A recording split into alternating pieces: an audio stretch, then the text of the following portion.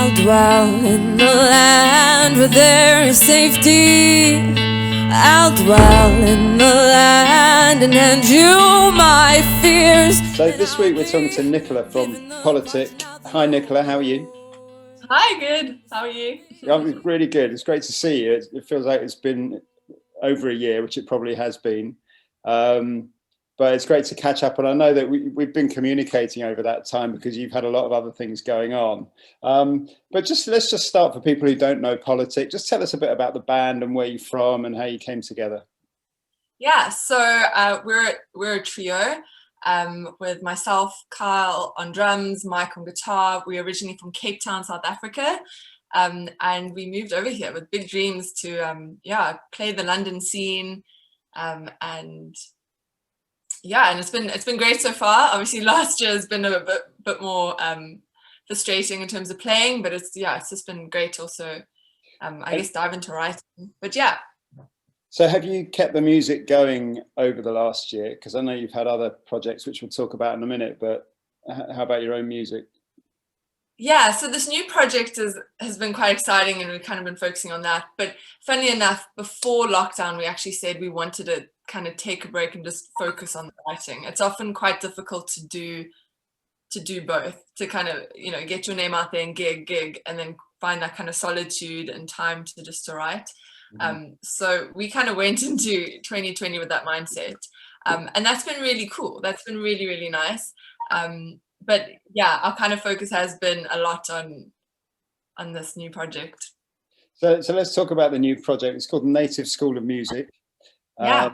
So you put it in your words. Tell us what the school's about. Yeah, so we came up with the name. Obviously, native just means that your original place of birth, and we just loved how that kind of tapped into music. And we've created this music school where we want it to be the beginning or that birth of your musical journey. Right. And so we thought there's nothing really around that just caters for every instrument. And a place where any age group, any skill set you can come to and get some lessons. And so Carl and I really loved this idea, and we had time obviously last year to dive into that. I especially love, so I teach singing and keyboard, and Yeah. I've got such a passion for it. I've seen students just become so confident in the lessons and grow. And so that was really, really fun. And I think it growing out of a time of quite a difficult time, it was fun to see people grow and get excited and encouraged. So you had a premises for it, didn't you, in Redhill? Yeah, so we set up above West Central. Yep. Coffee shop in Redhill, which is also a really nice kind of central spot. We want to make this kind of music hub where you can come to have a cup of coffee before or after your lesson. Like, it's a really nice space, and we still are there. So for the time being, we've been doing lessons online, but it looks like we'll be going back really soon to be starting our lessons face to face again, which is very exciting. So what sort of response had you had before lockdown came when you'd got it set up? Had you started getting a queue of people beating apart to your door to get music lessons? We have. It's actually been so encouraging, so well supported. We have so many children who've signed up, so many people, even from in their 70s and 80s, like really? Everyone. I think what lockdown did was that people realized they want to kind of chase those dreams and those hobbies that they haven't maybe had time for before. So that's been really, really good to see. Right. It's hope for me yet. You've got 70 and 80-year-olds. Future. Exactly. And so we've got a songwriting course, a music business course, theory. So that's been really great as well. And we'll be bringing our guitar and bass lessons around also in the next few months. So everything from drums, keyboard, kids classes, singing.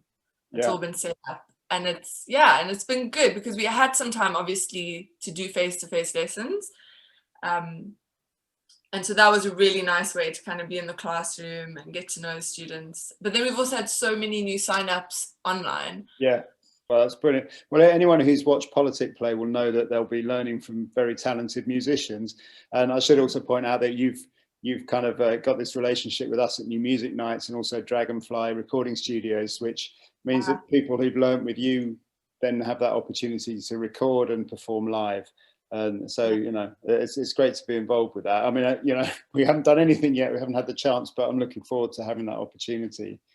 But yeah, you guys are so wonderful with that. And we're so excited to team up, because now we know there's this opportunity for our students to go, I've been working so hard on this. There's avenues and streams, and New Music Nights is, I mean, just a wonderful way to support just artists. Well, yeah. It's great. There's a real kind of body of people around this area with an intent to promote music, you know, and having that continuity from learning to performing to recording, and then whatever the next step is beyond is really important, I think. And, you know, it gives people an opportunity that, you know, music is so popular these days for people to do as a career. And I notice you're teaching the business side of it as well as the playing side of it, which is great. Yeah. So, so let's talk about Politik then. So you've had a year to write. I know. 10 new albums. So what's going to happen from you music-wise in 2021? What can we look forward to? I really hope we can perform live again this year, you know, and I know festivals are coming up. There's this hope in the air. Ultimately, we've missed that. That's a real kind of side to music where it's just like, it's live, you're there, you're playing. We'd love to kind of get back on track with that and play those songs. We've been doing a lot of kind of recording with our bassist, who's also joined Politik, and he's a wonderful producer. So that's been really cool, kind of building those tracks. There's elements of like, we'd like to record the drums, obviously at a recording studio, and like we have with Dragonfly before.